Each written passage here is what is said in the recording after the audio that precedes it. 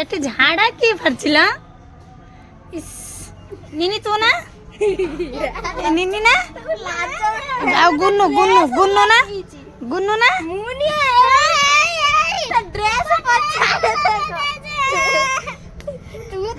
ହଉଛନ୍ତି ଦେଖ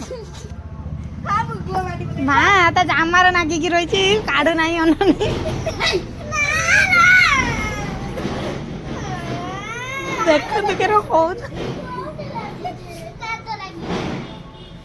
କାଦ ଲାଗିଛି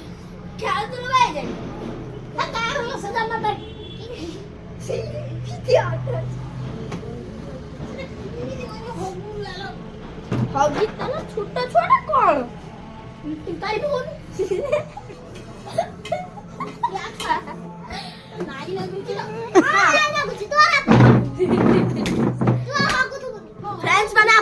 ଜାଣିନାହାନ୍ତି ନିନି ଆଉ ତିତାର କଳି ଗଜିଆ ଲାଗିଲେ ମାନେ ଯିଏ ବି ଦୁନିଆର ୱାର୍ଲଡ ର ବଡ କଳ ଗଜିଆ ଠାରୁ ଆଉ କେତେ ବଡ ନୁହେଁ କଳ କଜିଆ ନା ଆହୁରି କଳ ଗଜିଆ ନା ଟିଓଲ କଳ ଗଜିଆ ହଉ ଆଜି ଦେଖାଯାଉ ସେ ଗୁହକୁ କିଏ କାଢୁଛି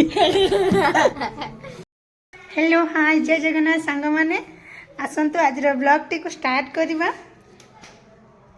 आज ब्लॉग टी बहुत इंटरेस्टिंग होबार अच्छी कहीं ना निनी आज गोटे बहुत बड़ काम करिची निनी कौन सुनु सुनु गुनु दी जन मिसिकी से काम करचंती जोटा कि आपण मानू पर ही जना पड़ो पर जना पड़ो ना खाली अपेक्षा ता जेजे आ बापू आसले ही आपण मानू देखो तापर रिएक्शन टा कौन केमती होउची आशा करছি आपण माने भलरे थिबे हमर त एमती मजा मस्ती चलीची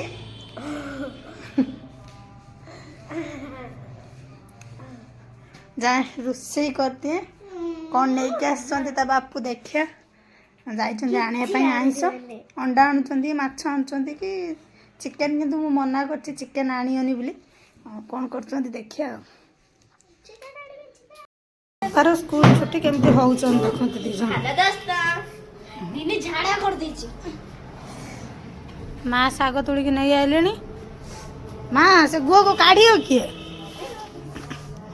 देखंतु निनी केमिति हगी पकईची हगी मुति के हगीची देखंतु केमती हगीची से इलो गदोटलो माँ ये किए झरका उठे तो सब बासना पशि होउची बंद कर देमी पशि जाऊ देखो मिछर शुधु कादरे कलर दे केमती बनई देख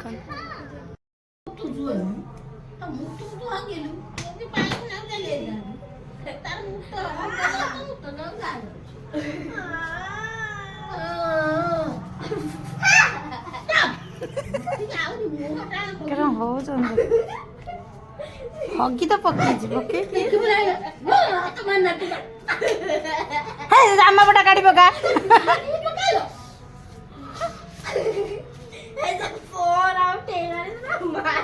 पन्नी की उठो देख ना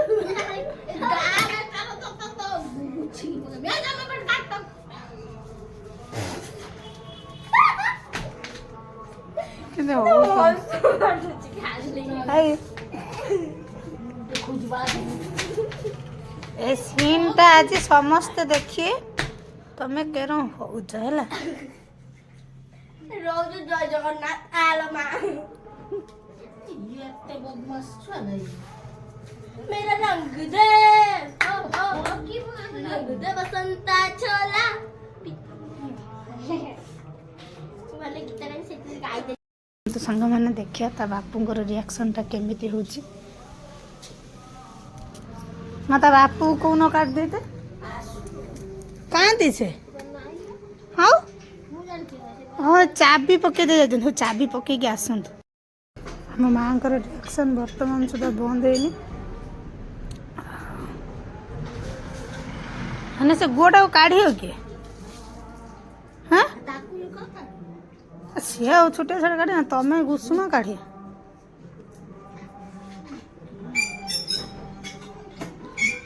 टिओल गाड़ी धोचंती जेहेतु माछ नहीं के आसचंती कि माछ आंच କି ମାଛ ଆଣିଛ?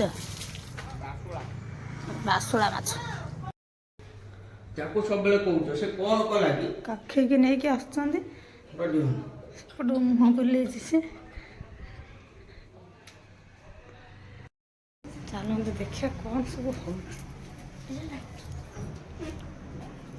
ଏ ରଙ୍ଗିନୀ ରଙ୍ଗମଣି ଏଇଠି ବସିଛନ୍ତି କି? କାଖେଇଛୁ ଜାମାରେ କୁଆଡ଼େ କିଛି କାଖେଇଟା।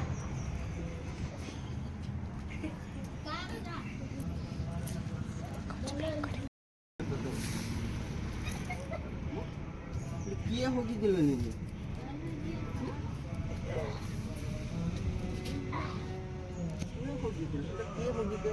ବାସନା ଶୁଙ୍ଗୁଛ ନା କି?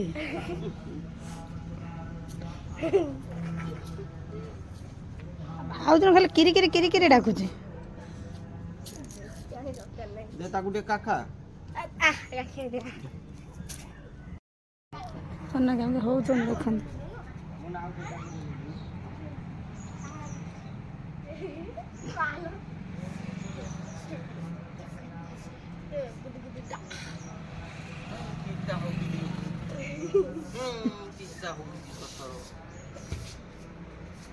ତୋ ନାଁରେ କହୁଛନ୍ତି କାଳେ?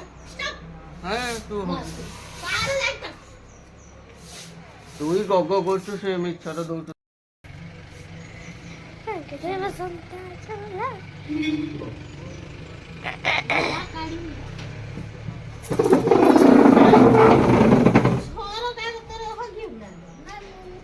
ତୁଇ କାଳେ ଗଗ କରିଦେଇଛୁ ରାତିରେ ଉଠିକି।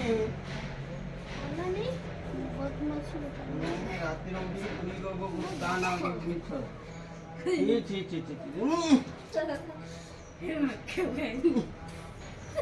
ଗଗ ହେଇଛି ରେ ବୁଢୀ ହେଲାଣି ଆଉ ଗଗ କରୁଛୁ।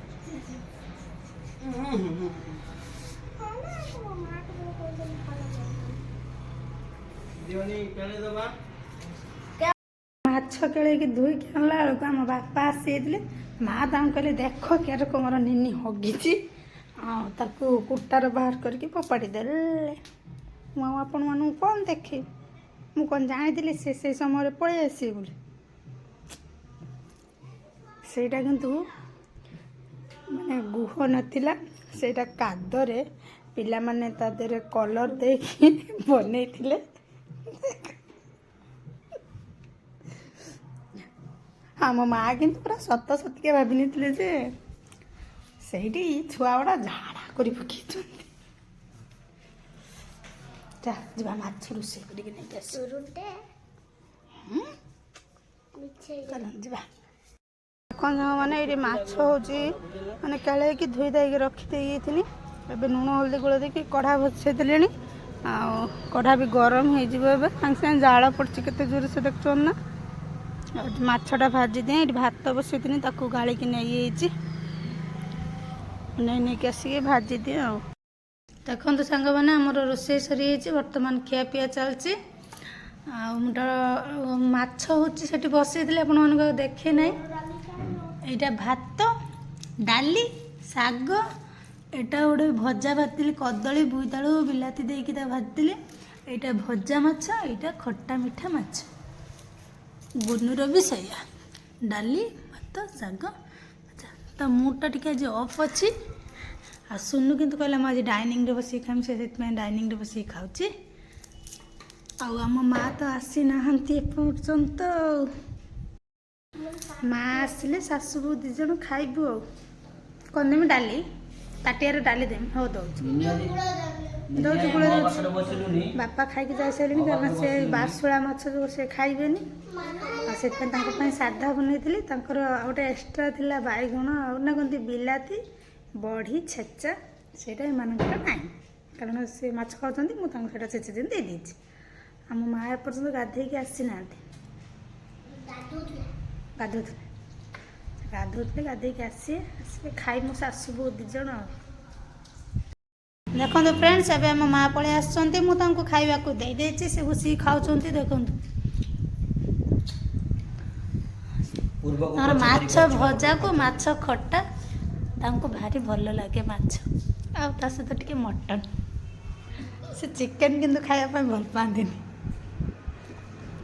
ଏସବୁ ବି ଖାଉଛନ୍ତି ତାଙ୍କର ସରିନି। ଗୁନୁ ସେତିକି ଭାତ ରଖିଲାଣି ମୁଁ ଖାଇମି।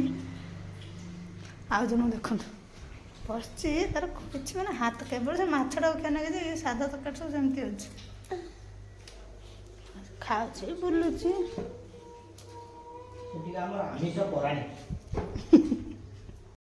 ତାଙ୍କୁ ସବୁ ଦେଇଦେଇଛି ଯାଉଛି ଏବେ ମୁଁ ନେଇ ଆସିକି ଖାଇଦେବି। ମାମା ତମେ ଆମକୁ ରୁଟି ସୋୟାବିନ ଆଳୁ ତରକାରୀ ଦେଇକି ସୋୟାବିନ ଆଳୁ ତରକାରୀ ମାଛ ପଖାଳ ମିକ୍ସଚର ଲଙ୍କା ଖାଉଛ।